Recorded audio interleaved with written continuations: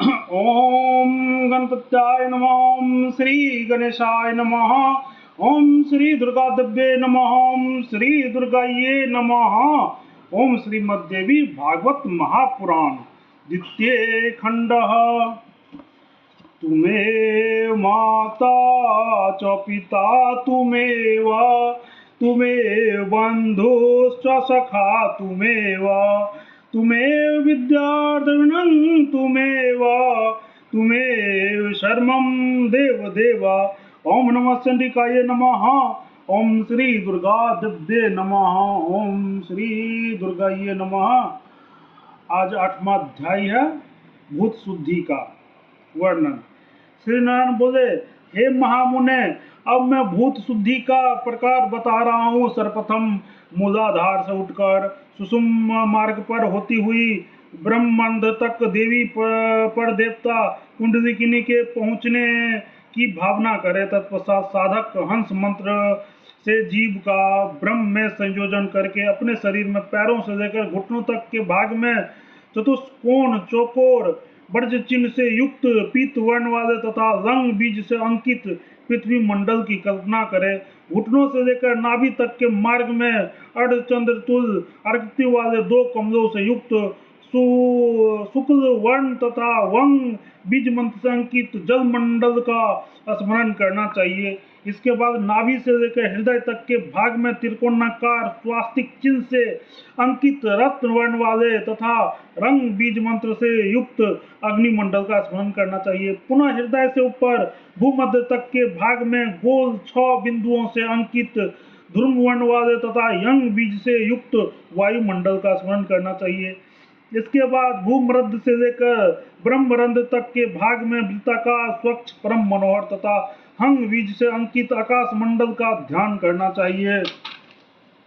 इस प्रकार पंचभूतों की भावना करके प्रत्येक का अपने कारण रूप दूसरे भूत में लय करें। पृथ्वी को जल में, जल को अग्नि में, अग्नि को वायु में, वायु को आकाश में विलीन करने का ध्यान करके पुनः आकाश को अहंकार में, अहंकार को महत्व में, महत्व को प्रकृति और माया रूपी प्रकृति को आत्मा में विलीन करना चाहिए। इस प्रकार निर्मल ज्ञान से संपन्न होकर अपने शरीर में पाप पुरुष की कल्पना करनी चाहिए।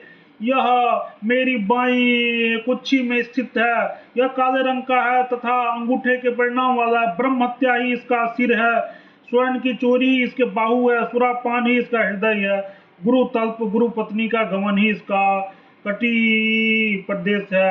हे महापातकों में संसर्ग ही इसके दोनों चरण है, उपपातक इसका मस्तक है, यह ढाल तलवार लिए रहता है और ये कृष्ण वर्ण वाला है, सदा नीचे की ओर मुख किए रहता है, अत्यंत दुस्सह है।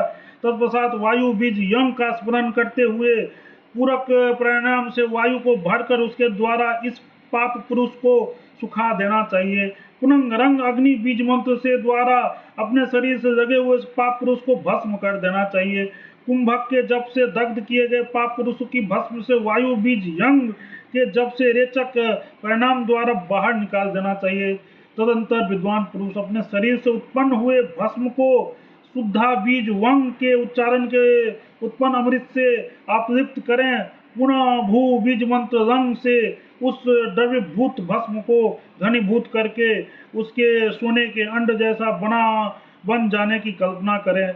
इसके बाद आकाश बीज हंग का जप करते हुए उस स्वर्ण अंड की एक स्वच्छ दर्पण की तरह कल्पना करके बुद्धिमान साधकों को उसमें मस्तक से लेकर चरण पर्यंत सभी अंगों को मानसिक रचना करनी चाहिए। पुनः चित्त में आकाश आदि 5 भूतों की कल्पना करें और स्वहम मंत्र के द्वारा आत्मा को अपने हृदय कमल पर विराजित करें। तत्पश्चात जीव को ब्रह्म में संयोजित करने वाली कुंडलिनी को परमात्मा में संसर्ग से सुधामय जीव को हृदय रूपी कमल पर स्थापित करके मूलाधार में विराजमान वाली देवी कुंडलिनी की इस प्रकार ध्यान करना चाहिए। रक्त वर्ण वाले जल का एक समुद्र है, उसमें एक पोत है जिसमें एक अरुण वर्ण का कमल खिला हुआ है, उस कमल पर विराजमान है। अपने 6 कर कमलों से त्रिशूल, इक्षु धनुष, रत्नमय पास, अंकुश, 5 बाण तथा रक्त पूरित खप्पर धारण करने वाली, 3 नेत्रों से सुशोभित होने वाली, स्थूल वृक्ष स्थल वाली तथा बाल सूर्य के समान वर्ण वाली, प्राण शक्ति स्वरूपा परा भगवती कुंडलिनी की हमें सुख प्रदान करने वाली हो। इस प्रकार परमात्मा स्वरूपनी प्राण शक्ति देवी कुंडलिनी की ध्यान करके समस्त कार्यों में अधिकार प्राप्त करने के लिए विभूति धारण करना चाहिए। विभूति धारण करने से महान फल प्राप्त होता है। श्रुति तथा स्मृति के प्रमाण के अनुसार भस्म धारण अति उत्तम है। अब मैं विभूति के विषय में विस्तार पर वर्णन करूंगा। इति श्री भागवत महापुराण संहिताया भूत शुद्धि वर्णन नामो अष्टमोध्याय। ओम तत्सत। प्रेम से बोलो जगत जननी जगदम्बा माता की जय। जय दुर्गा महारानी। हर हर महादेव। हर हर बम बम। हर हर बम बम।